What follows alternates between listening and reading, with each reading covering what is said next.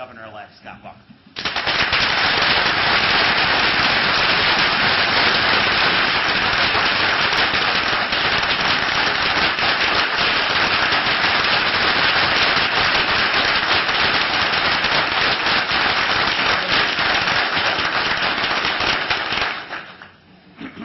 Before we get started with our regular agenda, and before we hear from the Governor-elect, the board would like to take this opportunity to recognize an extraordinary event and an extraordinary celebration that occurred earlier this year in Green Bay, and that is LZ Lambeau. This recognition is especially fitting with Veterans Day fast approaching on November 11th. And without further ado, I will turn the floor over to Regent and U.S. Army veteran Michael Falbo to tell us more. Mike.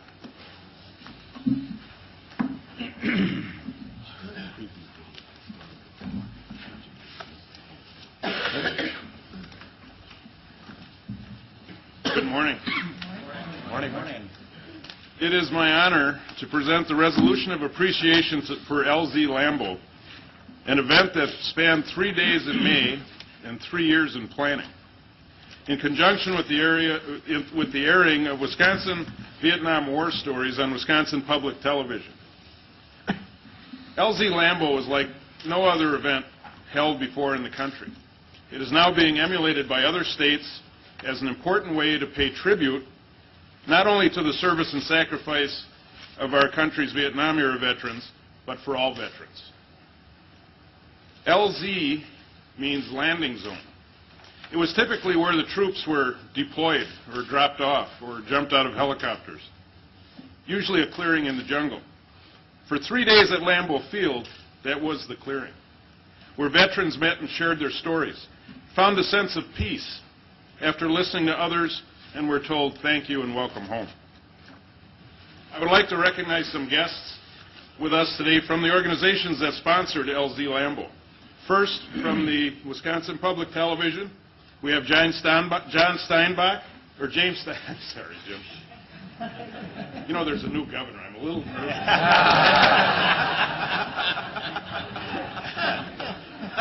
John Miskowski, Director of Development. John and I spent some time together on this project, trying to raise a few bucks, and it was fun. Thank you for that. Malcolm Brett, UW Extension. Gene Purcell, Education Communications Board. Would also like to recognize Ken Black, Secretary of Wisconsin Department of Veterans Affairs.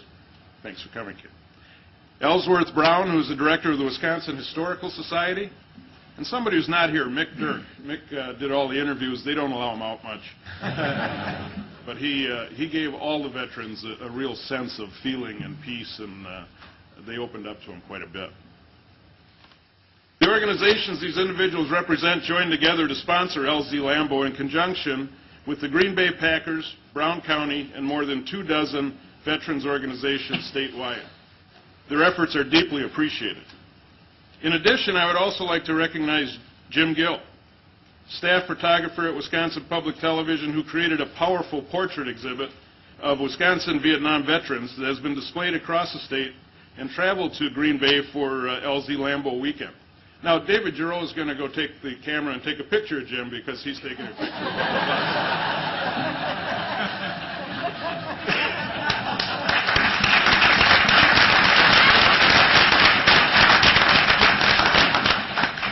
I knew Jim was serious about his job when he told me, look, if you want your picture, it's over there in that pile in the corner. You didn't make the cut.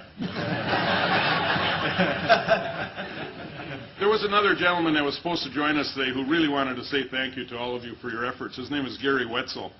And I know, Scott, you and Gary are motorcycle buddies sometimes. Gary couldn't get off of work. And Gary is, in 1968, was awarded the Congressional Medal of Honor. And he really sends his thank you and congratulations to the project. And he's sorry he could not be here. With that, I would like to present a resolution from the Board of Regents of the University of Wisconsin System in honor of LZ Lambeau, welcoming home Wisconsin Vietnam veterans. Whereas more than 165,000 Wisconsin veterans served in the armed forces during the Vietnam War, putting away their uniforms while holding closely to their memories, many reluctant to share their stories when they returned during a time of public controversy about the war. And whereas the Wisconsin Vietnam War Stories Project gave voice to Wisconsin's Vietnam-era veterans, allowing them to share their stories publicly and with their families. An LZ Lambeau event created a place for the entire state to thank these veterans for their service. And whereas through broadcasts on public and commercial television in Wisconsin, on Midwest PBS stations, and streaming on the internet, Wisconsin Vietnam War Stories reached more than 100,000 viewers and will be distributed to PBS stations across the country to further extend the reach of the documentary. And whereas on the weekend of May 20th through 22nd, 2010, an estimated 70,000 people, Vietnam veterans, their family members, friends, and neighbors, traveled to Green Bay for 3 days of tributes, memorials, reunions, and camaraderie, more than 27,000 people attended the tribute ceremony inside Lambeau Field, which was broadcast live on Wisconsin Public Radio. 1,100 volunteers contributed their time, and thousands of Wisconsin citizens participated in community events across the state. And whereas throughout the Lambeau Field grounds and in the Green Bay community, exhibits, displays, and presentations brought together veterans, families, friends, and students to share their veteran stories and feel pride in their service. And whereas LZ Lambeau and Wisconsin Vietnam War Stories connected the people of the state through a unique partnership of the Wisconsin Department of Veterans Affairs, the Wisconsin Historical Society, and Wisconsin Public Television that has inspired citizens in other states to follow Wisconsin's lead. Be it therefore resolved that the University of Wisconsin System Board of Regents salutes all Wisconsin Vietnam and Vietnam-era veterans and the LZ Lambeau organizers who gathered, collected, and shared veteran stories for this and future generations, honoring their service and sacrifice. Signed by Charles Pruitt, President of the UW Board of Regents. I have this plaque. Is somebody going to...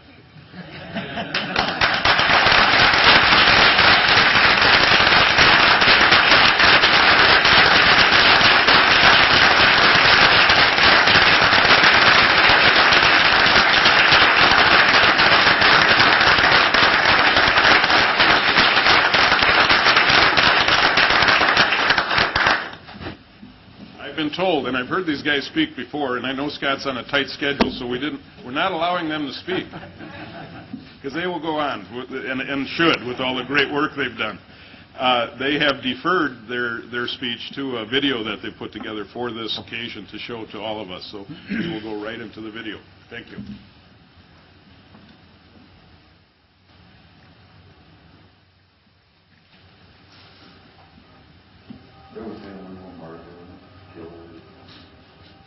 We shouldn't be there. Given the reasons that I found later to be real, the reasons for all being in Vietnam would not be noble reasons that were given. I don't know why we have such trouble differentiating the war from the warrior. You can hate the war, but why hate the warrior? He's doing his ass for her. I think part of you is forever lost, but there's got to be a landing zone somewhere that we can go on from. I think we'd be there by now, but still a lot of guys that haven't found their way home.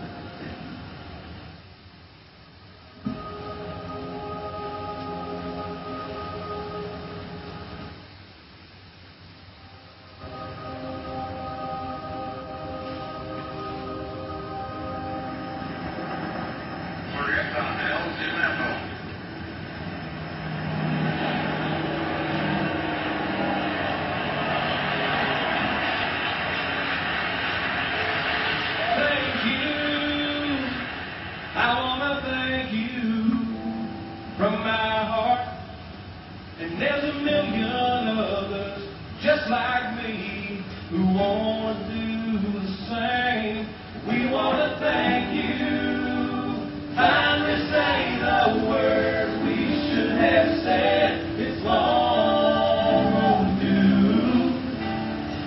want to thank you.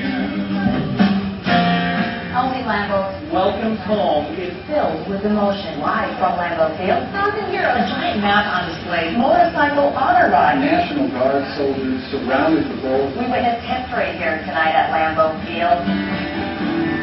this song is for all you did. I saw you back when I was a kid. Saigon was burning on my TV. If you're really bad off, you gotta get out of there. You came home, you must have felt all alone. It's a little late, but I'm gonna say it. Thank you. I wanna thank you from my heart. And there's a million others just like me who want to do the same. We're gonna thank you. Finally say the words we should have said. We want to do. We wanna thank you. Thank you for your service. Welcome home. Welcome home after all these years. We've seen the wall, we've shared your tears. 58,479 strong. Brave men and women fell. God knows it must have been hell. I'm sorry that it took so long. Thank you. I want to thank you from my heart. There's a million others just like me who want to do the same. We want to thank you. Finally say the words we should have said.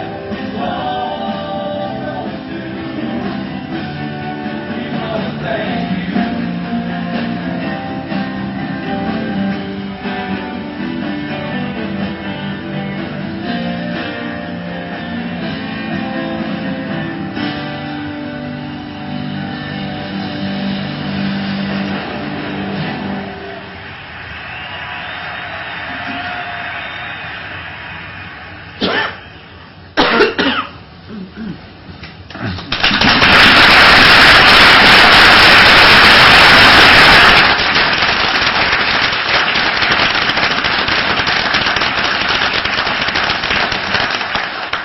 Thank you, everyone. Thank you, Mike. Kevin? Well, let me just add my thanks to our colleagues at Wisconsin Public Television for this wonderful event. We're really proud that public television and the university could be part of welcoming our Vietnam veterans home, long overdue. So thank you all.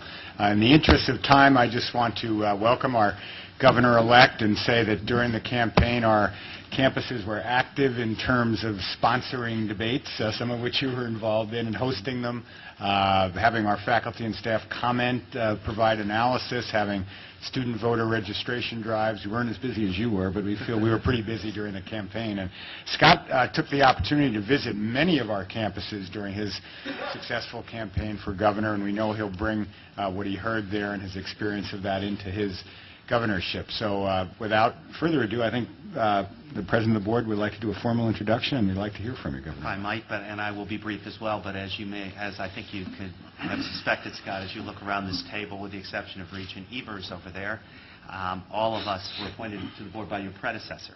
But when all of us walk through this door, we cease being Democrats and Republicans, and we instead become regents of what we think is the finest public university system in America. And I know you appreciate that this university is one of our state's most cherished assets, and we look forward to working with you in partnership to protect and enhance this asset in the months and years ahead. And in these most difficult economic times that you are inheriting as governor, this university system, we think, can be vital in helping achieve your goal of increasing the number of jobs in Wisconsin and adding 250,000 jobs to our state. We can be your partner in growing our economy by serving as a catalyst and an economic engine in making our state stronger and more competitive. So with that, I will once again offer our sincere and heartfelt congratulations and thanks for taking time on what I know is an incredibly busy schedule. And I will now turn the floor over to the soon-to-be 45th governor of the state of Wisconsin, Governor-elect Scott Walker.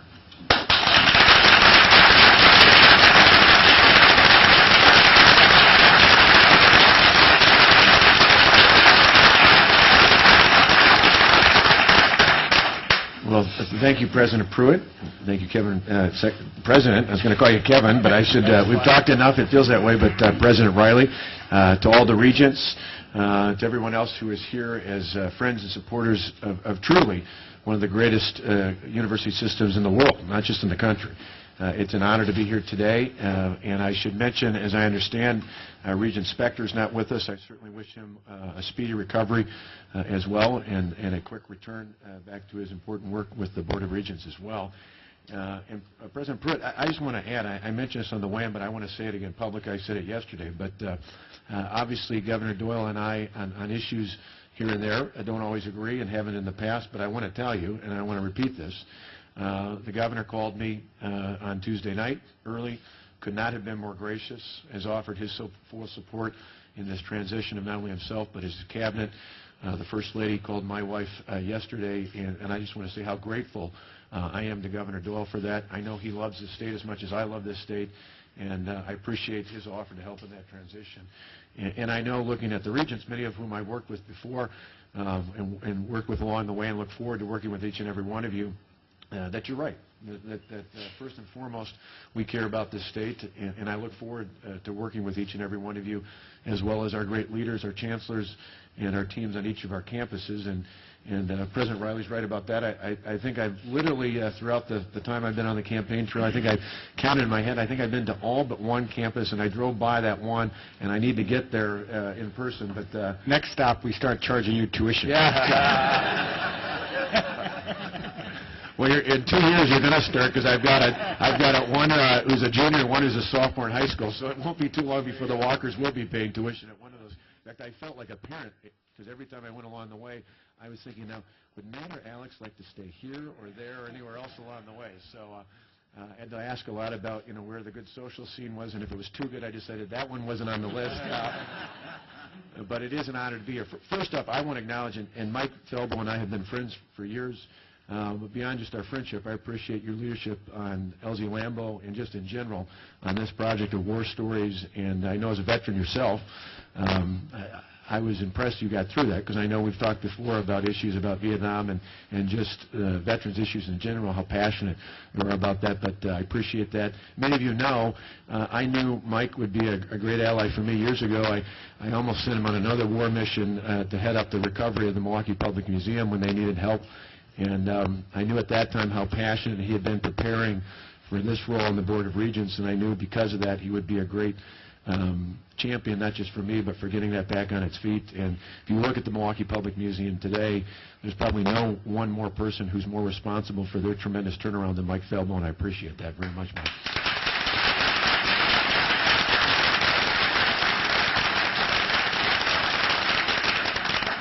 And Mike was right about Gary, our Medal of Honor recipient. Gary, in fact, he and I do ride Harleys together. He's about the most modest guy I know, a Medal of Honor recipient, but he's passionate about veterans issues. But I called him earlier this year. He was featured in Hog magazine, the Harley Davidson Owners Group magazine, and I called his wife, who's now a retired principal at Oak Creek High School. And, of course, when I called her to congratulate him at home, he was at work, where he almost always is, so it's no wonder he's there today. But I know on behalf of Gary and all the veterans who were honored in this amazing, amazing event, how much I appreciate that, and I appreciate the university's partners through public television, through the Historical Society, and through the Wisconsin Department of Veterans Affairs, know just how valuable and important this event was, as there are so many other events. I know Secretary Black and I have talked about this in the past. We do a much smaller scale, but a similar event each year at our zoo, we call Operation Freedom, where we invite military personnel, their families, and veterans in. And the first year we did that, it was mainly for those veterans coming back from Afghanistan and Iraq. But I got to tell you, it still sends chills up my back thinking about how many Vietnam veterans came to make sure that those who had family overseas and those who were coming back got the fair welcome and the support that many of them didn't get during Vietnam, and it gave them opportunity to come full circle, which is what the landing zone is all about, and really about not just about this event, but about making sure not just on this Veterans Day, but every Veterans Day, we do everything in our power to make sure not only our Vietnam veterans, but everyone who served knows just how valuable we view them. And to that extent, I want to congratulate the University of Wisconsin system, because I know today, along with the UW Extension and our technical school system, you've announced yet another way to help our veterans when it comes to education, a new portal that will enable our veterans, many of whom, particularly coming back from Iraq and Afghanistan, are looking for a new opportunity, a new chance to reemerge back in our communities, back in this state. And one of the best ways to do that is to renew their education and to plug them in to the many great job opportunities available to them, and to have that portal as one more option, not only for them individually, but for our county veteran service officers and for our health centers and clinics, to provide that as one more one-stop option, I think is going to be a tremendous asset. So thank you very much for being at the forefront and announcing that today. Two other quick things, because you've got plenty of business, and I'm off to a couple stops meeting with Senate caucuses, both the Republicans and Democrats today, and then next week with the Assembly, both Democrats and Republicans. We've obviously had a busy couple days. We appreciate the chance to share with you. But two quick things. Clearly, yesterday I spent my time with my good friend Bob Lang, who I had the honor of working with many times when I served in the legislature and the Legislative Fiscal Bureau, and then with Dave Schmiedeke, who's just a great asset to this state as the state budget director, and talked about the formidable task that the next governor and the legislature will face when it comes to the budget. And that's looking at numbers approaching $3 billion, even before we see in about 2 weeks all the agency requests being fully reported. And we have a serious challenge ahead of us. But I said repeatedly in the job I currently hold, and will say again as governor, that great challenges bring great opportunities. And it's not always going to be easy, but I know that particularly when I think about higher education, and in particular as I think about all the campuses I visited, all the innovation and creativity that we see our campuses and within our system, I'm going to be calling on you to help me out with that again. Because I know in these challenging times with these challenging budgets, we want to make sure that we not only maintain but seek in many ways and through the aggressive initiatives to add more college graduates in this state, that we find ways to meet those goals. But I'm going to have to ask for your help in ways of finding how to do that.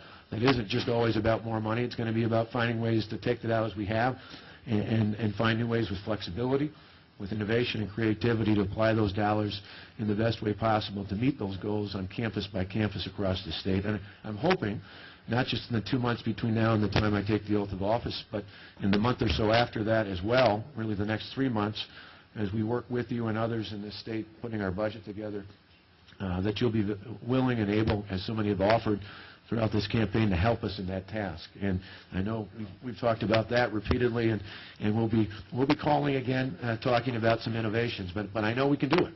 But I know it's going to take a lot of hard work, and I'm asking for your help here today in that regard. The other thing, and I think this is an exciting opportunity, I was thinking about this a few weeks ago. I was over at Stout looking at the new Innovation Center and thinking about 3M coming over and the monies that many of our private sector entities come in terms of paying in ways that help us offset the costs that we otherwise subsidize and help for our traditional undergraduate and graduate students at campuses like that. That certainly there are new and innovative ways that we can apply our campuses to our goal of creating those 250,000 jobs. And one of the things I want to tell you I pledge about specifically today, and we talked about this a few weeks ago, but I want to say to everybody, is in our new Department of Commerce, and we're looking to enact the Be Bold Wisconsin initiative to really take and advance the Department of Commerce to a new level, because we need to. Not only to get our people who are hurting the state working again, but in the future, for us to not have to tackle the kind of budget challenges that we face today, we need to have a state that's working. And in doing so, as more people are working, there'll be more resources in the state to tackle the challenges that we face. But one of our best assets in doing that is not just the individuals who work in the Department of Commerce, not just other state agencies, but making sure each and every time we reach out to a would-be employer from another state or seek to help an employer within this state, that at the table with the State Department of Commerce is our colleges and our universities our technical schools, and our individual campuses from that given region. I've been honored not only to work with the M7, but with regional economic development efforts across the state. And I got to tell you, some of the most passionate, aggressive measures that we can push in seeking to help job creators expand and grow in Wisconsin is letting them know about the success of not only the system, but of our individual campuses within the areas they're seeking to add jobs. And I want to make sure every time we bring somebody in to talk about jobs in a given part of the state of Wisconsin, we have that campus, we have our technical schools, and we have others involved with higher education right at the table, because I think that's a valuable and powerful asset to would-be employers in this state. So I wanted to let you know that is my offer today. It's something I'm hoping to work, again, not only with the Regents on, but with our system and with our individual campuses to make sure that's a valuable part of us reaching that goal of 250,000 jobs. Because for me, it's nice to have a campaign goal, and certainly someday, maybe in the future, I'll be proud to point to that. But more importantly, for all of us, Republicans and Democrats, independents, and everybody in between, we know how important it is for us to not only achieve, but to exceed that goal in the coming years, and I look forward to working with you on that. Thanks so much for having me here today.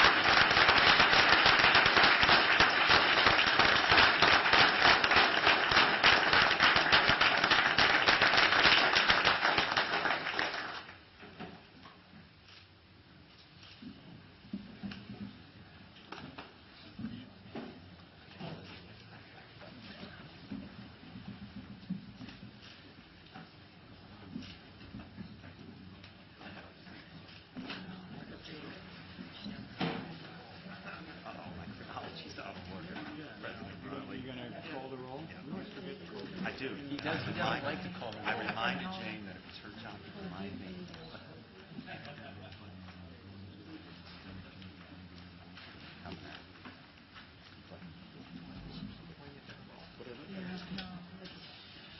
Secretary Redu, will you please call the roll?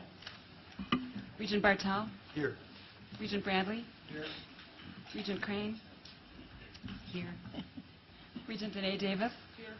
Regent Stan Davis? Here. Regent Drew? Here. Regent Evers? Here. Regent Falvo? Here. Regent Loftus? Regent Manydeeds? Here. Regent Pruitt? Here. Regent Schwallenberg? Here. Regent Smith? Here. Regent Spector? Regent Vasquez? Here. Regent Walsh? Regent Wingad? Here. Regent Womack? Here. A quorum is present.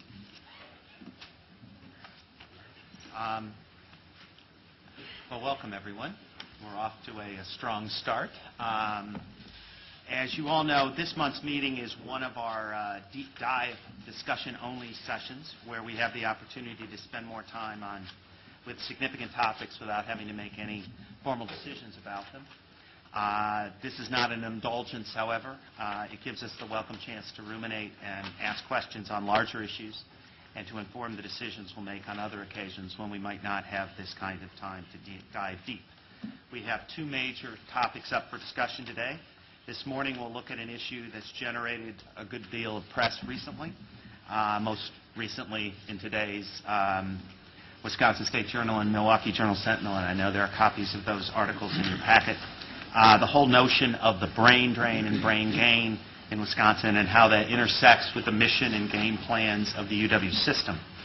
This afternoon we'll turn our attention to a part of the education pipeline that has an enormous impact on the nature and success of what is done here in the UW system, and that is the state's K-12 system and practices.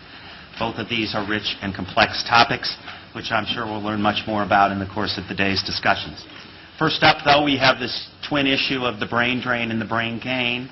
I know I've mentioned a couple times before that a question that President Riley and I hear as we travel around the state, and I'm sure you hear in your communities, both as regents and chancellors and other leaders, when you're talking about whether it's the More Graduates Initiative or the Growth Agenda or the Principles for Progress and Prosperity is, do a lot of our college graduates leave the state after we pay some of what it costs to educate them? We've asked the system administration staff to present us with the best available data about these questions. As a Board of Regents with responsibility to set policies and strategic directions for this public university, it's important we base our decisions on facts, data, research, and evidence. That is what our faculty members do in their research, and that is what we should do with our policies. Recently, one of our faculty members, Professor Ken Goldstein of the Political Science Department at UW-Madison, conducted a study for the Wisconsin Policy Research Institute. He polled 3,300 Wisconsin adults this summer and asked them their opinions on the brain drain. Professor Goldstein found that 62% of those surveyed believed that the best and brightest are leaving Wisconsin to work elsewhere. That, in turn, prompted the Milwaukee Journal-Sentinel to headline their article on the survey to say, quote, polling finds worry over brain drain, majority in Wisconsin see talent leaving. Now, I actually have a little bit of training in political science, although I will readily confess that I have not written nearly as many books or articles as Professor Goldstein has written in the last 20 years. But one of my political science professors, Daniel Patrick Moynihan, was fond of saying everyone is entitled to their own opinions, but they are not entitled to their own facts. And when we see anecdotes and hearsay starting to sway the public debate about higher education, or when we see a collection of people's opinions being represented as reality, I think we have an obligation to educate and inform our citizens about the facts. And that is what we're going to learn a lot more about today, and then invite all of you to take the opportunity to ponder those facts and offer your own opinions and ideas about how this university can move forward in continuing our brain gain strategies in the years ahead. Because I think we would all agree that nothing could be more central to our mission or more important in our ability to help Wisconsin compete in the 21st century economy. So with that, I will turn it over to President. Thank you. Thank you. Good morning, everybody. Good to see you all.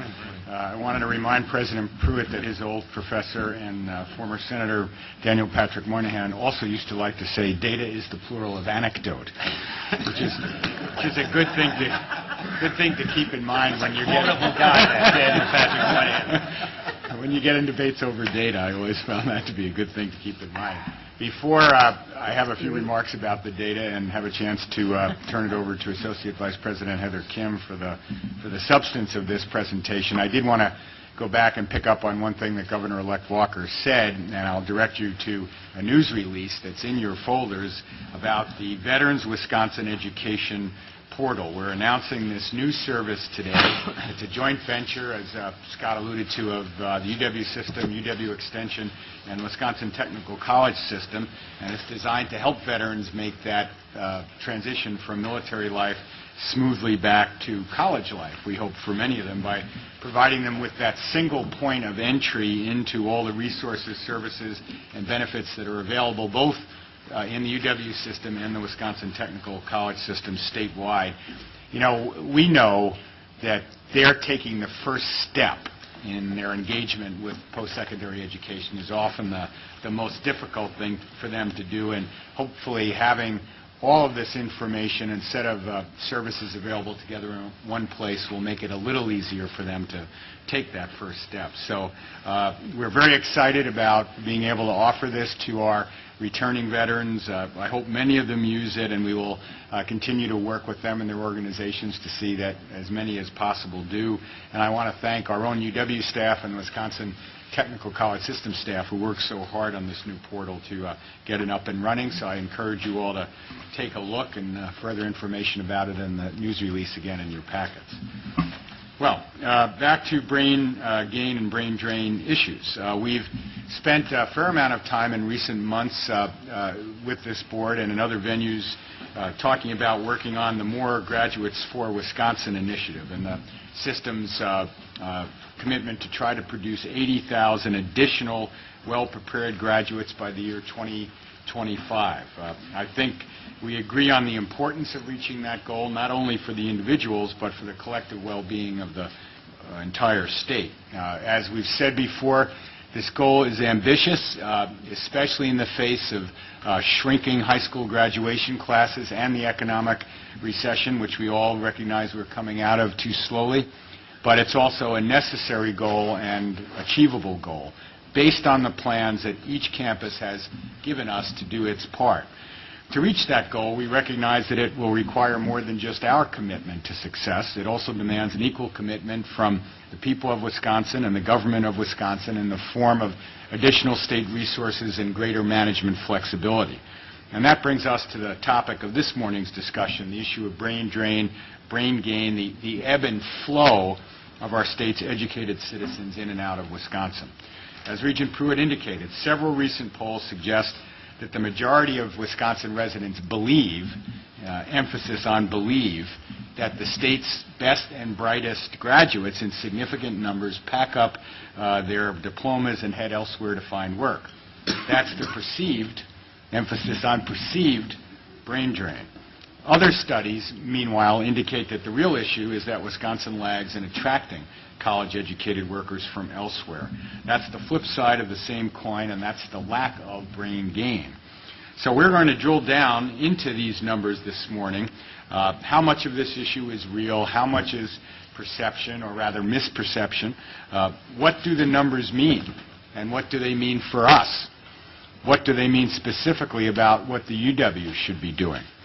To help address these questions, our System Office of Policy Analysis and Research has been collecting and analyzing data from recent alumni. Some of you who've been on the board for a while will recall perhaps previous conversations about this based on some earlier data. We wanted to go and get the latest data we could and see where this situation stands now, and that's what we did.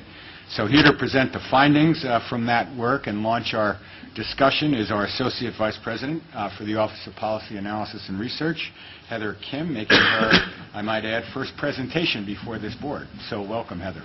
Thank you. Thank you for the nice introduction. Good morning, everyone. Good morning. Morning. I guess I can't use the same line. I am a little nervous because new governor-elect is here, right? But I try not to get nervous. This is my first presentation, as President Riley said. In the broad context of brain gain and brain drain, I am going to present the recent analysis of UW alumni data and tell our story based on those facts rather than perceptions. Before I start, I'd like to take a moment to thank UW institutions for the beautiful photos of our students and campuses I hope you will enjoy throughout the presentation, and also providing the notable alumni list that were used in the slide for this presentation. First, let me go over briefly the contents of presentation. First, I'm going to provide an overview of UW alumni who remain in Wisconsin after graduation, and also provide a couple of case studies that demonstrate how UW institutions are making efforts to stay connected with our graduates. And I'm going to present some facts about Wisconsin in a variety of areas that are related to the context of brain gain and brain drain. And finally, we will devote some time to discussing this phenomena of brain gain and brain drain and really do some deep dive in these facts and data. Isn't that nice photo? Where do our graduates live after graduation? There are a lot of debates about these issues, and these are based on address information directly from UW institutions in 2007 for alumni who received a UW bachelor's degree during 2003 and 4 or 2004 and 5 academic years. In other words, 2 to 4 years after graduation. And a U.S. address was available for 93% of those alumni, which is a very, very high percentage. And these are actual data, not from an opinion survey. And I also want to add that universities in general tend to do a great job at maintaining their alumni records for alumni relations, development, and engagement and institutional advancement. So information about alumni addresses are pretty much up to date. So we feel very confident about the accuracy of this data. And as you can see, 81% of the alumni who were Wisconsin residents when they were students remained in Wisconsin after earning a degree. And overall, 67% of our alumni remained in Wisconsin, and 13% of non-resident students remained in Wisconsin. You might think 13% isn't very impressive, but listen to this. Non-resident students contribute in many ways. Contribute to the state economy and the educational quality. On top of that, they pay full cost of their education plus additional subsidy for resident students. So there are great benefits to having non-resident students. And next, this chart shows percent of UW alumni living in Wisconsin by institution. We are focusing on Wisconsin resident alumni in this chart. As you can see, there are some variations in retaining their graduates. UW Milwaukee and River Falls tend to retain at higher rates. Alumni of UW Madison tend to remain in Wisconsin at a lower rate, but given the size of the institution, the number of its graduates who work in the state is indeed significant. If I put this in real numbers to provide you some context, in recent years, UW-Madison has granted approximately 6,200 to 6,600 bachelor's degrees each year, which means that on average, about or more than 4,000 new graduates from UW-Madison stay in Wisconsin each year, which is a very significant number. And also, in general, selective institutions tend to have geographic diversity, and many of their students are from a great distance and quite mobile. Next, we looked at demographics of UW alumni who are living in Wisconsin in various aspects. In terms of age, on average, alumni who remain in Wisconsin tend to be slightly older than those who migrate to other states. While the difference was statistically significant, the difference was less than 2 years old.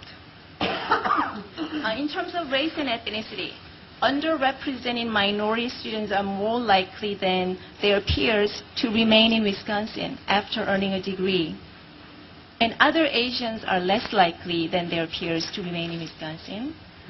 That also ties into our growth agenda, trying to close the gap between underrepresented minority and non-underrepresented minority, try to serve that population better. In terms of gender, no difference between those who stayed in Wisconsin versus those who left. In terms of academic performance, there were no differences in terms of academic performance between those who stayed in Wisconsin and those who left Wisconsin. This chart shows percent of UW alumni living in Wisconsin by discipline. As you can see, the percent of UW alumni staying in Wisconsin, that rates vary depending upon the student's discipline or study or major that they chose. Education and health professions, graduates with degrees in such areas tend to remain at higher rates. But as you can see, we have an opportunity to remain more engineering graduates. And this data suggests that we really need to create more jobs in STEM fields. And I'll get to this point and elaborate more on this point in a later slide. And the UW system contributes in many ways to the state, and one of which is economic way. We are one of the major economic contributors of the state, with the annual budget of $5.6 billion, and state funding is 1/5 of our budget. Enrollment, more than 178,000 students, and great number of faculty and staff. And UW system's budget of $5.6 billion generates more than a $10 billion annual contribution to the Wisconsin economy. a return of 10 times of the $1 billion annual state investment in the UW system. We are living in a global society, and numerous alumni of UW make a great contribution to the society regionally, nationally, and globally. And these are just few names. Our alumni are expanding the UW brand beyond the state boundary and in the world at large. And we take pride in that. And they do give back to their alma maters in a variety of ways. And we share in their success and achievement. And nobody is going to say it was a bad thing that John Morgridge left Wisconsin to work in California. I also want to acknowledge that there are UW alumni who are serving on the board and UW leadership. Would you please stand, be recognized? Alumni? Alumni. Great.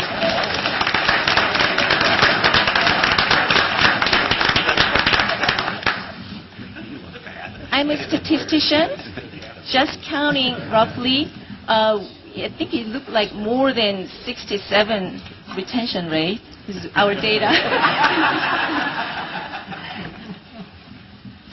In this section, I'm going to talk about a couple of case studies that really demonstrate the effort that UW institutions are making to keep in touch with our alumni. And incidentally, these two studies provide more recent data that support our 2007 analysis. First example is Green Bay. Green Bay's Office of Career Services conduct an annual follow-up survey focusing on graduate activities after graduation. And most recent survey of class 2009 says 79% currently employed, with 16% pursuing graduate education, and 57% indicated that they had accepted their job prior to graduation. And of those who had not accepted a position prior to graduation, 85% accepted just within 6 months. And 1/3 indicated that their salary range was about 30 to 40 approximately, and 18% reported 40 and even more. And of the respondents that indicated the location of their employer, 86% are employed in Wisconsin. In this survey's response rate was 69%. And UW Madison, Madison's case, they update pretty regularly their alumni address information, and this analysis was based on 2009 analysis using residency patterns and address information of alumni, and those who are receiving bachelor's degree within the last 10 years. So it's pretty comprehensive analysis. Overall, 51% live in Wisconsin. Again, the percentage made doesn't sound very impressive, but when you look at in real numbers, because of its size, we are talking about almost 30,000 people. Of the alumni who are Wisconsin residents as students, 69% live in Wisconsin, and 12% of non-Wisconsin residents stay in Wisconsin, and 75% live in the Midwest region of the United States, and half of them live in a concentration of 8 counties in 5 states. These counties surround the metropolitan areas of Madison, Milwaukee, Twin Cities, Chicago, New York, and Los Angeles. Now I'm going to present some facts about Wisconsin that help contextualize this notion of brain gain and brain drain. Migration pattern. Earlier, President Riley addressed it. Wisconsin really should work on in-migration, and I can't agree with that more. As you can see, let me first explain how you would read this chart. The green circle means a state is top third of states, and the yellow means middle third of states. The red means the bottom third of states. But simplest way of understanding is think of traffic lights. So green is good, red is bad, yellow is neutral. So, and this order of state, we picked 6 states in the Midwest region and then sorted by their performance in terms of net migration. So Minnesota comes up as first because they do the best job among those 7 in terms of net migration, and bottom is Iowa. But this is population of 25 to 39 years with a bachelor's or higher degree, meaning a little bit younger adults. And this data come from 2000 census report looking at their mobility in 5 years. We also looked at more recent data, which focus on more broader population, 25 and over, and their mobility in 1 year. While it is more newer and recent data, because of the broad age group and the 1 year mobility, we decided to show you this. But I can tell you, both data, it is consistent that Wisconsin should work on attracting adult population with college education. We are doing relatively well in retaining those population and that population. So it's again what President Riley said earlier. We really need to, the state of Wisconsin really need to work on improving in-migration. In terms of income, per capita personal income by state, we compared Wisconsin to some other states in the Midwest and the United States. As you can see, Wisconsin is more of a lower end, and certainly we should have better paying jobs in the state of Wisconsin to be more competitive and to be attractive and to attract college educated workers from other states. Earlier, I addressed that I would come back to this different retention rates by discipline. This I want to point out that this is Wisconsin occupational projections from 2008 to 18. As you can see, while there are a fair number of openings in engineering each year, not much growth in engineering is projected, particularly if you compare number of degrees granted versus number of job openings. Something doesn't look quite right. And I want to remind you that these degrees, we are only showing UW degrees. So if we include degrees granted by non-UW institutions, the numbers would be higher. So then the gap between annual openings and degrees awarded would be wider. Earlier I showed that graduates in education and health professions tend to stay at higher rates, and there seems to be more job growth in those areas and openings in those areas. But I also want to remind you that if we add degrees in education and health professions by other institutions, the numbers go up. Therefore, this doesn't suggest that we should all increase new programs in education and health professions either.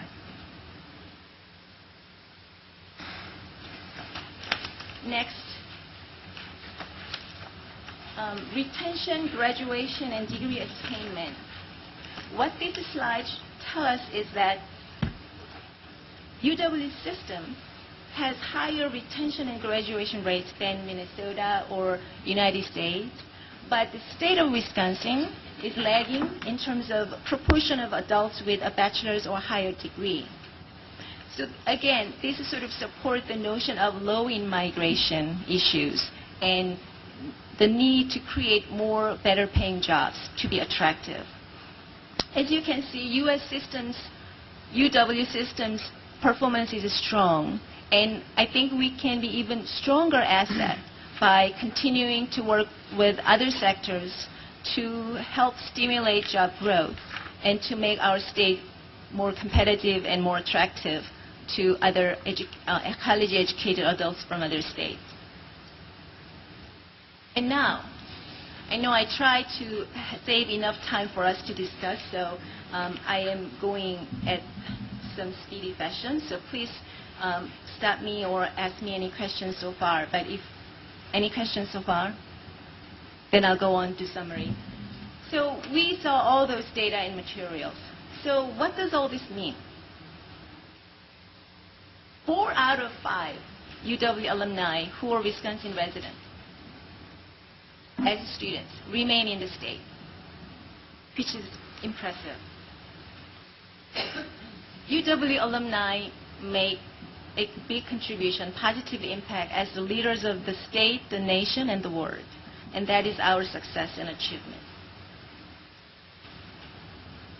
There are no meaningful differences in academic performance between UW alumni who remained in Wisconsin and those who left.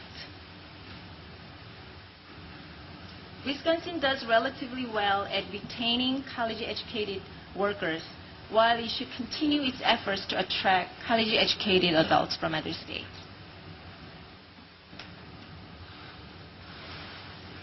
Non-traditional age students are more likely than traditional age students to remain in Wisconsin after earning a degree. Underrepresented minority students are more likely to remain in Wisconsin after graduation. Wisconsin should increase the creation of well-paying jobs in order to be more competitive. Wisconsin should build stronger communities where more graduates will want to remain and move to work. Now what more can we do? In framing some of the questions for all of us to think about and discuss, I try to tie back those questions into the data that we have seen. What should be UW System's role in pursuing a brain gain strategy for Wisconsin? What can the system do to communicate that role to the public? How can the UW system help stimulate job growth, particularly in STEM fields, to strengthen the state's economy? How can the UW system strengthen relations between Wisconsin employers and UW institutions to enhance student achievement and employment opportunities for students after graduation? What are the best ways to enroll and serve more place-bound adults, working adults, and underrepresented minorities who are more likely to remain in Wisconsin after earning a degree? What more can the UW system do to help build the stronger communities that attract employers and a college-educated workforce? So those are just the questions that I sort of framed. But if you have any other topics that you want to add to this, certainly you're welcome to do so. And any questions? Thank you. Let me suggest sort of and you can stay at least close, Heather, because I'm sure there'll be some questions. First of all, thank you. That was great, wasn't it?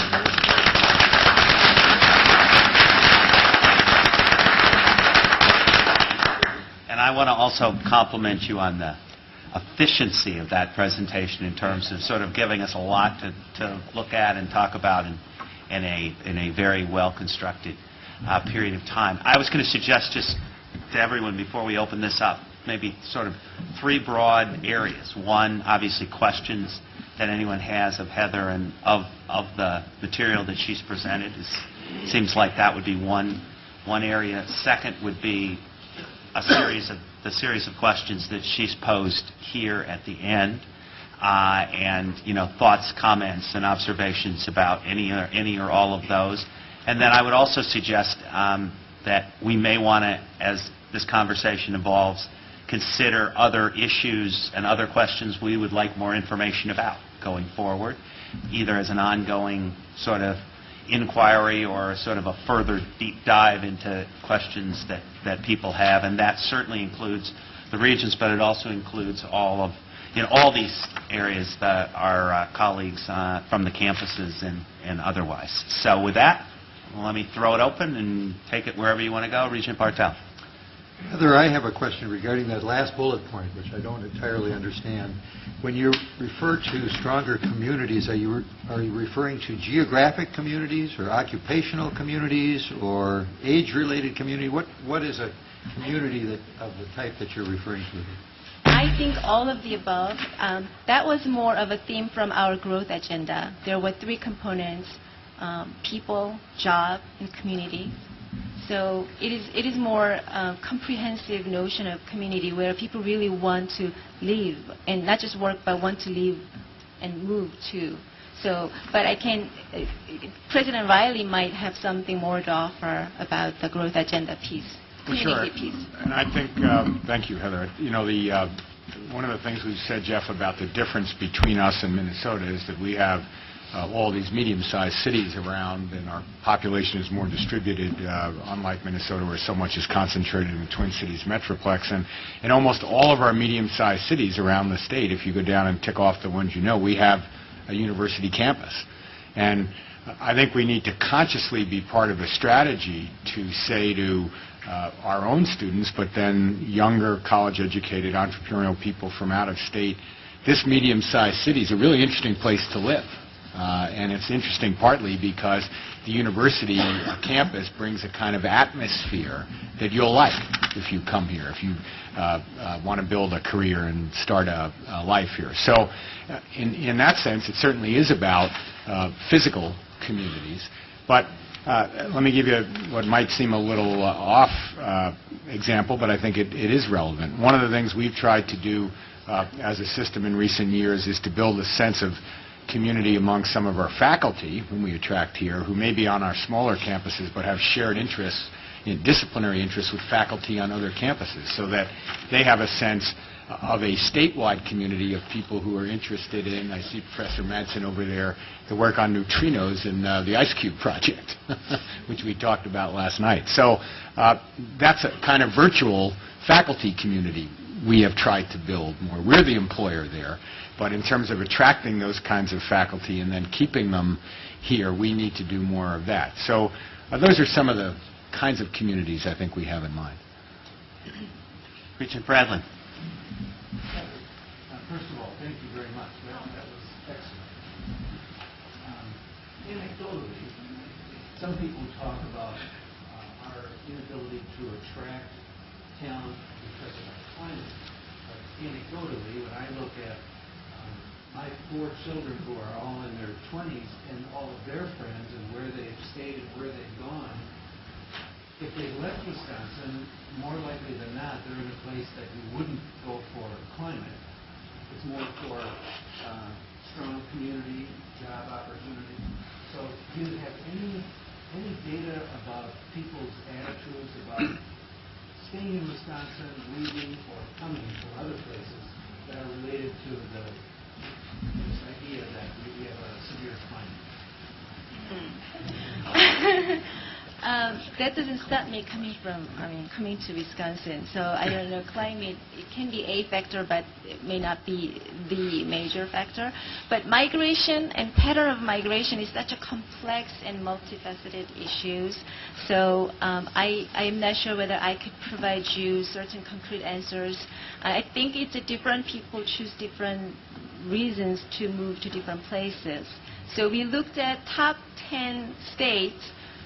There are really high-performing states in terms of net migration, and we really couldn't find any commonalities. It's all over the map. Arizona, Nevada, Colorado, and New York wasn't really top 10 in terms of net migration. So I don't know the answer to that, and that's something that very interesting question that we should look into as a future study topic. But anybody want to add anything to this? Anybody have any further comments about climate? It's a good question, Regent Bradley, and it is going to be added to our list of things that we should find out more about. I think it's a really good. None of that. Oh, none of that. Any other observations about the climate question? Climate change question? Perhaps we could invite Al Gore next time. If not, Regent Bartel. Well, it seems to me that if we're trying to define what kinds of communities attract people to Wisconsin, we should be identifying the aspects of those communities. Weather is certainly a factor. Whether it's a big factor or not, I don't know. But there are other community attributes that we like to think that bring people to Wisconsin, one of which we were discussing last night, which is the arts climate. People who have moved around the country and lived in different places find Wisconsin somewhat unique in the proliferation of art in Wisconsin, even in the smaller communities. That's a factor, and in the creative economy, that is something that we should be focusing on. It seems to me, as we define community, we ought to be identifying those factors that are important to a community, and that's how we can decide how we help build a stronger community. Regent Vasquez. Heather, one of the comments that I've heard, and I'm sure many others have also heard, is that Wisconsin is the place where it's a great place to raise a family, but it's not a great place when you're young. And so you leave Wisconsin, but when you're ready to settle down and have a family, you come back to Wisconsin. How does that state, is there, in your study and analysis, is there anything that you can find that ties to that statement? And in particular, the issue that I was very curious about, that age difference. And, yes. You mentioned that it was only like 2-year difference. Can you expand a little bit more on that? Sure. The age difference in terms of younger adult versus older adult, it's more interesting when we look at general population data rather than UW alumni data. For instance, we looked at population related to age group in the United States, and Wisconsin actually have a more older population. So we rank pretty high in terms of 65 and over population, but in terms of having 18 and under, we don't fare very well. So we have more adult population than younger population, let me put it that way. And also when we look at migration patterns, we looked at 25 to 39 years old group versus 25 and over, which include older adult.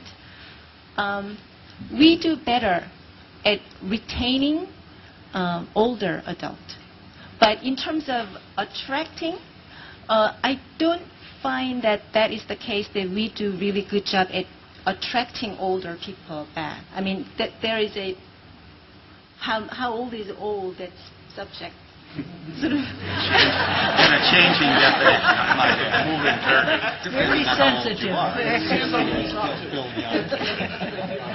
So there is some truth to that, I think. But why that is the case, I can't provide concrete answers to why Wisconsin is more attractive to older people than younger people. Maybe some of that is Chicago or Twin Cities, they're more lively, more activities for younger people, as opposed to Wisconsin may be not as much. Okay. Thank you. Regent Alba. A couple of things I'd like to talk about. And appeared one of the charts, and we've kind of flashed through them, so I may be wrong about this, but if we're going to, the way to gain more, and I've never been a believer in the brain drain, so thank you for kind of reinforcing my own thought. But the way to retain, first of all, it's not bad to place our people globally, so that's not a bad thing. But to retain more people or attract more people from other states, based on the charts, to me, it's a very simple mathematical process. In some areas, there's more, we're graduating more people in certain areas than there are job opportunities. And so there's one way to change that, create more job opportunities. So I think as a board and as a system and at every level of our system, that we need to partner up in that effort. And I think that's how we become more successful in the things you're talking about. That's a very good point. Regent Davis. I have a clarifying question, Heather, and then I just wanted to add I don't know which bucket this other thing I You want to can talk put about. whatever bucket you would Okay. like, Regent Davis. You just fill it up. Put it where you want it. But anyway, there was a slide, the in and out migration slide with the stoplight. Yes. Yeah. And so I just want to make sure I understand for the That one. Yes. So this is saying for out-migration. No, which one am I trying to say? Yeah, out-migration, retained in the state. That's our 81% number, right? Or are these different data? Oh, these are not UW system graduate related. Okay. These I are. was trying to figure out what we get. 81%, No, my God, what are no. those other three These are numbers? just 'Cause state of that's- Wisconsin, population in general. Okay, all right, that helps, thank you. I think among the questions we should ask ourselves is, why does the perception of brain drain persist, and what is our role as a UW system in dispelling it? I mean, I think it's one thing for us to be here having this conversation, but much like many of us who've been here a minute, remember, it took a while to change the perception of the public about the value of our institutions and whether we're, fat cats that are, just draining the state. We turned that around after a lot of work, I would say. Maybe we should discuss some strategies, because it's clear from this presentation, maybe we should discuss some strategies to talk about what our role can be in changing the perception based on facts about brain drain. And the reason is because, and it's probably pretty obvious, but is because I think that that's a real good role for us to have, given that we're such a big part of the solution to, our economy and having people feel like they have a good quality of life in the state and la. So I just think that's one thing we might want to think about, is what can our strategy or strategies be to change the perception that persists. Because I think it's bad for the state to have a reputation that isn't true. I mean, it can become a self-fulfilling, especially for young people, if we don't aggressively try to change that. So I just wanted to add that to the list of The great things to talk great about. ad. It also, as we all know, it also goes right to the heart of an argument with policymakers in this town, which is to say, if you're asking the state to invest in producing additional college graduates, one of the reasonable returns on that investment is that a high percentage of those graduates will remain in the state, not just to fill jobs, but pay taxes and return their investment 10 or 20 or 50 or 100 times whatever the state puts in a longer-term strategy. Chancellor Wells, you wanted to... Is this on? Really, that's an outstanding update. We really appreciate it. There is a dimension, though, that we need to add. We have higher than national average college going rates, pretty significantly higher. We have higher than national average graduation rates from our universities. Yet we continue to lag in the percentage of adults with a baccalaureate degree, a couple percent behind the national average, many percent points behind Minnesota. So, in our alum state at a higher percent than the national average. So the reason that percentage is lower is not just because of brain gain, where we're in the 40s in terms of percentage of adults that come here with a baccalaureate degree. It has to do with another statistic that we have to add in here. We're in the top 10 in the nation, I think 7th the last time I looked, in terms of percentage of adults with an associate degree. So Wisconsin, for understandable reasons in its economy, has a larger percentage of its population that see the associate degree as a terminal degree. And that has to change. And so that probably has more to do with that persistence of being below the national average than the brain gain problem that we have. That will help that issue as well. So I think it's very important that we keep this idea of the higher value for lifelong continuing education and not stopping at the associate degree. And there are initiatives and strategies around doing that. And then the last observation that I would add is another interesting. I've been going back and meeting with the corporate executives of all the companies that contributed to our capital campaign, and I'm asking them questions about what do they like about our graduates, what are their concerns. And one thing that's very interesting that's popping up, particularly the companies that are national and global, like most recently Venus Corporation, was speaking to the senior vice president of finance there, and he loves the Oshkosh grads, and the other grads are okay. But he said the problem is they haven't been anywhere. They haven't been anywhere. A lot of us hear this, and I said, well, what does that really mean to you? He said, well, we hire them, they do a great job at entry-level positions, And then we bring them into the office and we say, we got a great opportunity for you, we want to promote you. But you got to go back east, or you got to go down to the state of Indiana, where Vetus has, I think, 80 or so sites around the country. And they won't go. And they won't go. And that's a problem. So I think if we get too consumed about not losing and having everybody must stay here and so on and so forth, that's very short-sighted. Like encouraging people to pursue their dreams and come back when you want is very important. So I find that sometimes the desire is to keep even more and more people here. And I don't think that's very smart. It's not about borders anymore. I mean, when you look at some of those data points, you see a lot of institutions that have a lower rate of retention. They're on a border. They're in the Twin Cities area and so on. And having connections, I think, as Mike and others have said, with the lungs in other parts of the world, that 80% that go back to their state or their country is very important business in the global economy. So just those observations. Regent Crane. I just want to make an additional observation about that comment.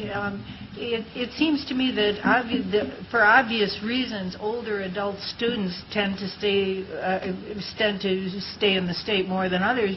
For obvious reasons, they have more complicated lives that don't allow them that kind of flexibility, which means that focusing on the young for those kinds of reasons is an important thing to remember as well. And heaven knows, a lot of my education came a lot later in life, and I believe in that strongly. But what happens when our students are young is critical in terms of the future, it seems to me.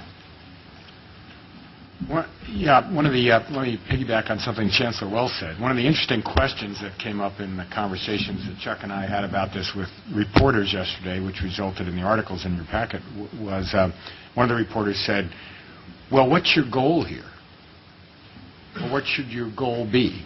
If you've got 81% of your residents who are staying after they graduate, is that good? Is it bad? Should it be higher? Should it be lower? I mean, I don't have any silver bullet answer. I think it's a very interesting question because what I think I know is that the goal should not be 100%. We don't want everybody staying here and becoming terribly provincial by virtue of that. We want people who go out and hopefully come back, and some of our alumni do that. Should we try to get more of them back? And there are some programs that have begun to try to do that. Some of our alumni go and don't physically come back, but give back in huge ways, like the mortgages, whom Heather mentioned. That's a good thing. And same thing you were saying, Mike. And in a way, I started to think, we're kind of an import-export business, in a way, for the state of Wisconsin. We export talent that goes out and builds a name for Wisconsin all over the world. That talent brings positive attention and sometimes resources back to the state, even if those people don't physically move back full-time to the state of Wisconsin. And if we're successful as an enterprise, we should be not just doing that exporting, but we should be doing more, we know based on these data that Heather is showing us, more importing of talent. And what's our role in that? So it kind of puts a different frame around this discussion when you think, well, what should the goal be, and are we really an import-export enterprise for the state of Wisconsin? Well, I think we are, and but what does that mean, and how should we change or alter behavior to make us better at that? Interesting questions. Well, and the other, I would just add, Kevin, you pointed out yesterday, so I'll steal your point, but you didn't mention it on the import-export equation, is the import that we do in terms of bringing faculty and staff and researchers and others to our campuses across the state, and what that means for Wisconsin in terms of both quality of life as well as income and and outgrowth is a pretty impressive part of the import-export business. I think that's right. Regent Drew. Well, Chancellor Wells mentioned the high percentage of associate degree holders in the state of Wisconsin, and I haven't seen any statistics, but I would wager that they stay in the state in an extremely high percentage. In fact, some of them even come.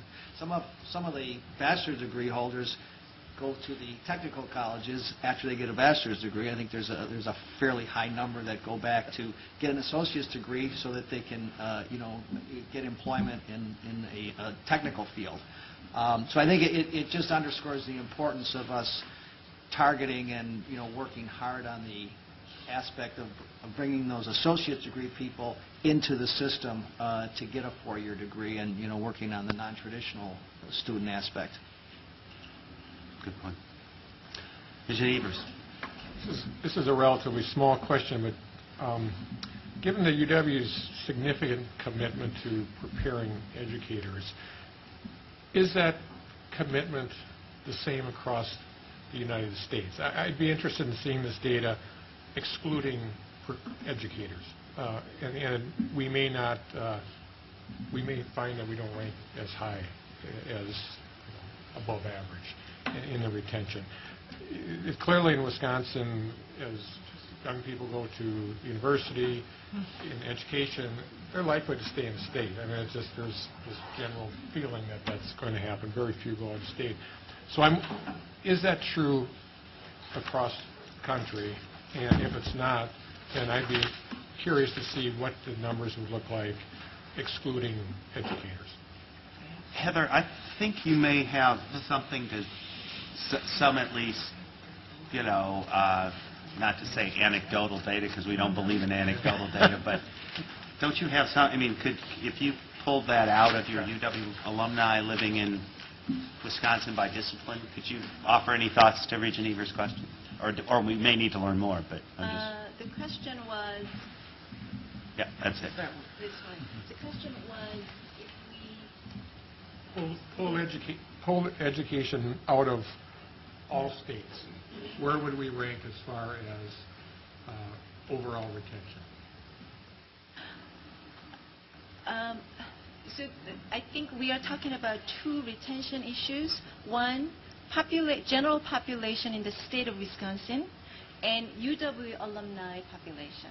So if we are talking about general population, I couldn't answer how our data would look, excluding those who have degrees in education. And also, we don't have data that shows how other graduates in education or health professions in other states are performing in terms of retaining in their own state or migrating to others. So I am not prepared to answer that, but that's something we could look into. Yeah. I mean, if Illinois, if we had data for Illinois and their retention of educators was less, say near the bottom of the ranking, then I think that calls into question where we rank. Regent Smith. President Riley asked what our goal should be, and it's clear to me one of our continuing goals that we've identified is to graduate more students. And I think it's important to that in that regard, because the questions that Chuck raised that we get when we talk about trying to get more money, try to increase our graduates as well, why do that when you're having this brain drain? We read the articles, we read the editorials. So I think it's very important to dispel that myth. I think that's been talked about, and I think as Regent Davis said, whether we develop it today or whether we develop it out of this meeting, a strategy to communicate this information that Heather has presented this morning, because it's very good. It dispels a lot of myths that are out there and feeds into our argument that it's not, people aren't this brain drain. When we can graduate more students, they're going to stay in Wisconsin. The other comment is that I think we've been doing a lot of discussion and some of it speculation as to why students graduates stay in Wisconsin and some why they come back. As we drill down further, I think and there has been some surveys on this, I think people are asked those questions as to what are the reasons, and it could be the arts, it could be a whole series of reasons, but I think we need to try to, as we're coming up with a strategy here, at least identify what those reasons are. But I think it's,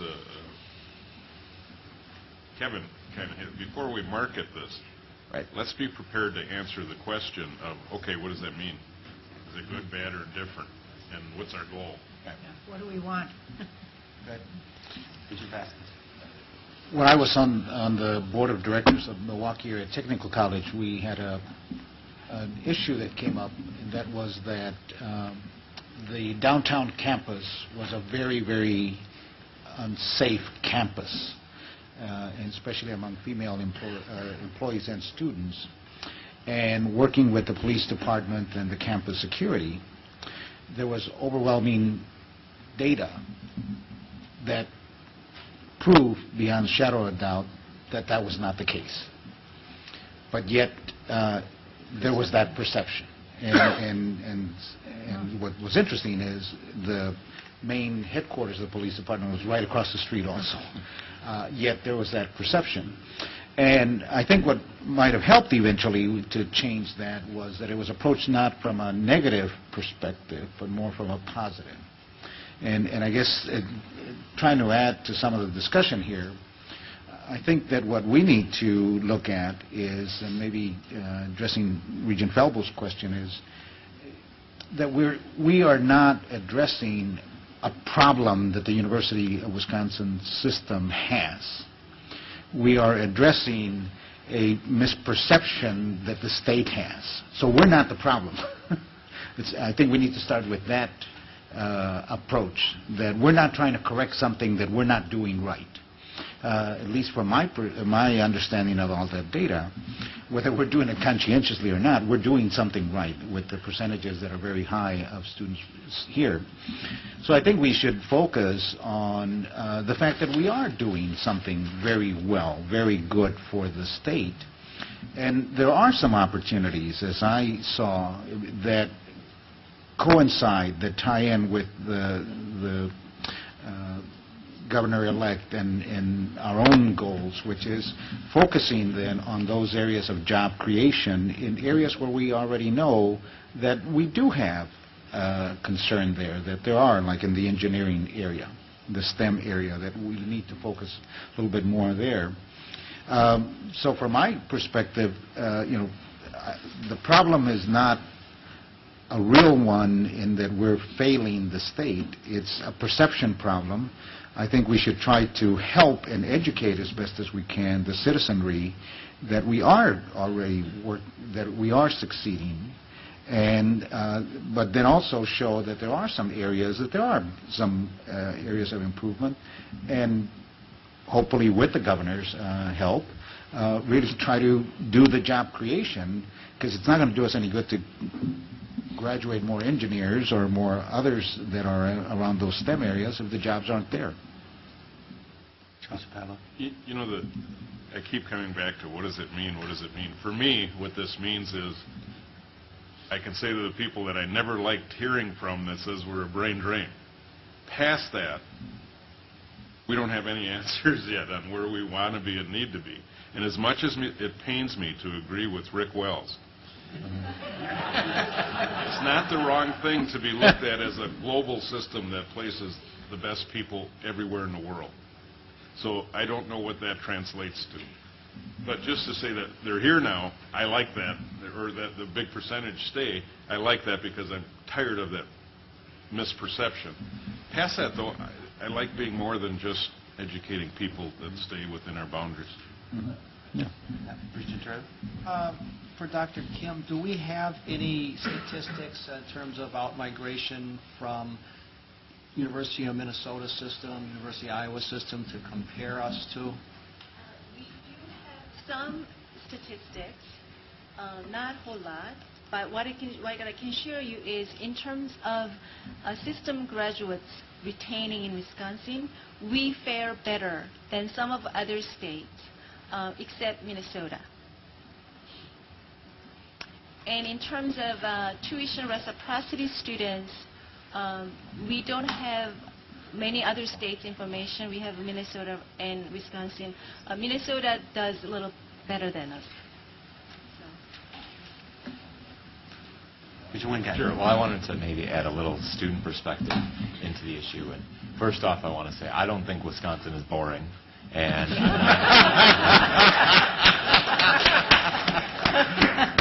so don't leave.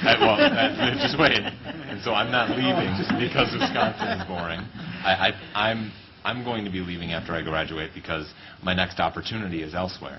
And I think that underscores, and Chancellor Wells brought this up, is it's about creating opportunity in the state, not suppressing students from pursuing opportunity elsewhere.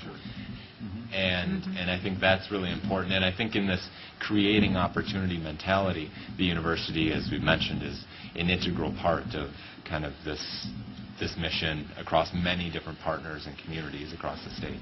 And pursuing how we can create opportunity is a really good thing. And I think maybe that would be the next step, as I see it, is trying to figure out where we can leverage the university and our resources to help create jobs, help make Wisconsin a stop in somebody's career path. And I think I'm really grateful that we're looking at this now, because in 10 years I'm going to be looking back and seeing, is there that opportunity to come back to Wisconsin that fits in with my career path? And if it's there, I'm sure going to take it. So, Regents Wallenberg. I'm trying to form a picture of this, and I'm thinking that an experience in higher education contributes in very many ways to developing persons. And this reminds me of a little rhyme about children, but also any developing adults, that we need just two things. We need roots, and we also need wings. So that I see this as how we continue to encourage the development of persons, giving them those opportunities that Regent Wingate just mentioned, and also how we continue to reach and teach our students, building confidence then to make them more likely to go out and get that experience, but also place roots here so that they are more likely to come back. See dynamic, educated individuals coming back here to create and reinforce dynamic job markets. And that would attract more dynamic, educated folks. Thank you. Thank you. Regent Crane. I hadn't thought about this before. I'm not sure that a phrase like brain gain is a very good phrase. I understand why we take that, because it's counter to the brain drain, which is a ghastly phrase, and which has been picked up as a gospel truth, partly because of the catchiness of the title, it seems to me. But I think that we don't want to imply that brains are entirely dependent on educational level. I think that it's simply not a winning title. I very much support increased education for all parts of our population, but there is something that's a little bristly about that, it seems to me, and maybe not a public kind of winning title. But I hadn't thought about it till now. Thank you. Rick? One of the kind of connecting some things that make a lot of sense to me, Regent Besquez and Crane and President Riley, is this notion that we need an offense here. So getting away from the defensive language, that we're being put in the defensive position when we talk about brain drain, it's not really draining all that. And I think there's a lot we can do, and we're showing how we're helping create jobs, that we're a job creator, business creator, and all that. But most of what we do is back to what Kevin's saying, in positioning ourselves as being kind of an import, export business for talent, retention, growth, and development. That's what that leads to a net wealth gain for the state in a broader sense than just dollars and cents what people are making. I think that's got an awful lot of appeal, because in a certain sense, keeping the athletic metaphor for a moment, we're really the bird dogs, recruiters, the developers, the people that go out and find the talent that the business community and others put in the team that makes the team score more touchdowns. And we're fundamental for that. And if we don't stay on that point, that we're not an expenditure, we're an entity that really allows the state to invest in a prosperous future beyond just the economy. I think that positioning, that language is really good. How do you make that case, import or export or talent? With the exporting, we're advantaged by that. And the point about this is a place that people come and go, it's a great place to have a stop in your career or your life or whatever. I think it's very important in these dynamic times. I think that imagery, we're starting to develop an offense there. Then we don't have to play defense again.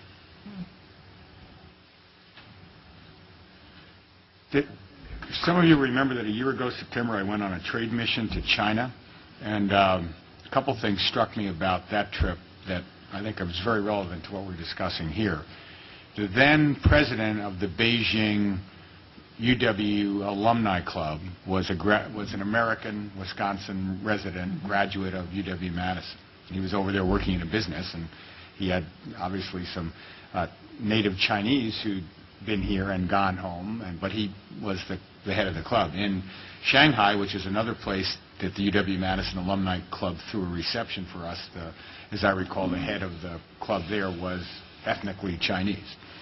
Now, a lot of the students on the UW-Madison campus who are Chinese have taken as a theme for them, how do we ethnically Chinese folks, when we go back, as many of us will, to China, help our country, China, move up in its material comfort level for the big part of the population while we help to clean up the water and the air and don't do further damage, at least to the water and the air. I was talking to some of the people who were on the last trade mission to China, in particular Secretary Frank, head of the Department of Natural Resources, and he was saying there was just lots of interest now, part of it driven by our alumni who are over there, some of whom are American, some of whom are Chinese, in the Chinese government's getting some of our expertise in how you maintain clear air, clear water, while still having a viable economy. Now, there's a whole lot of dots to be connected in what I just said in the topic we're talking about now, and increasingly, we can't look narrowly at brain drain things. We have to look at our role in a global economy. And if we're saying, maybe in a narrow sense, oh, we have to create more jobs here in Wisconsin, well, some of those jobs we're creating will be as a result of our alumni who are in China right now, and our Chinese students who are studying with us here now who will go back home with the connections they'll have to America and the knowledge they'll have of our technologies. So this is really a big, broad issue we're talking about here.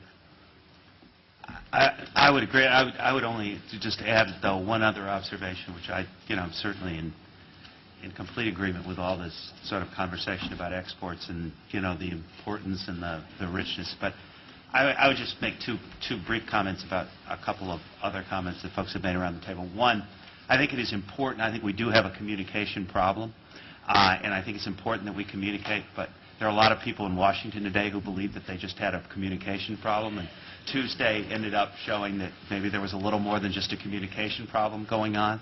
And I think we need to respect the reality of what we're dealing with, and we also need to, though, continue to remind, because a lot of people in this state, particularly in tough economic times, are looking for this system and this university system to be producing things that are helping this state in a very short window of time. And so whether it's connecting with job creation initiatives, whether it's doing all the other things, we also have to keep, kind of the middle goal in mind, as well as the sort of the long-term strategies in mind. I mean, it just seems to me that we've got a lot of things.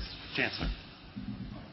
It seems to me the question that hits me as Plateau is, how intentional can we be about creating jobs? I have an instance right now I'm dealing with. Somebody wants to stay in Platteville. They can't find a place to land. So start his business as a spin-off from my campus. Well, can we intentionally create resources that allow us to inject that into it? I mean, I'm trying to figure that out, but I think as a system we ought to think about, are there ways that we can make those sorts of things happen? Because there's a lot of moving parts. In Southwest Wisconsin, there's, I can tell, it's like 4 regional economic development entities. I'm still trying to figure out who does what to who.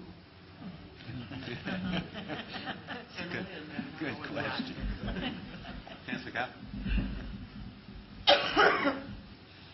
I think the analysis pretty powerfully refutes the original notion that people are educated here and leaving the state in big numbers and so on.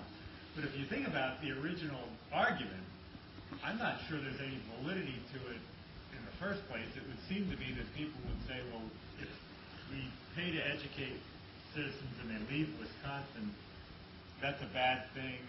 So the solution is not to fund education. Well, then surely people are going to leave, and there's no hope that they're going to come here. So, I would just make it's not a brilliant observation. I think here's the original thought. We need very strong higher education for the future health of the state. That's good to hear. I approve that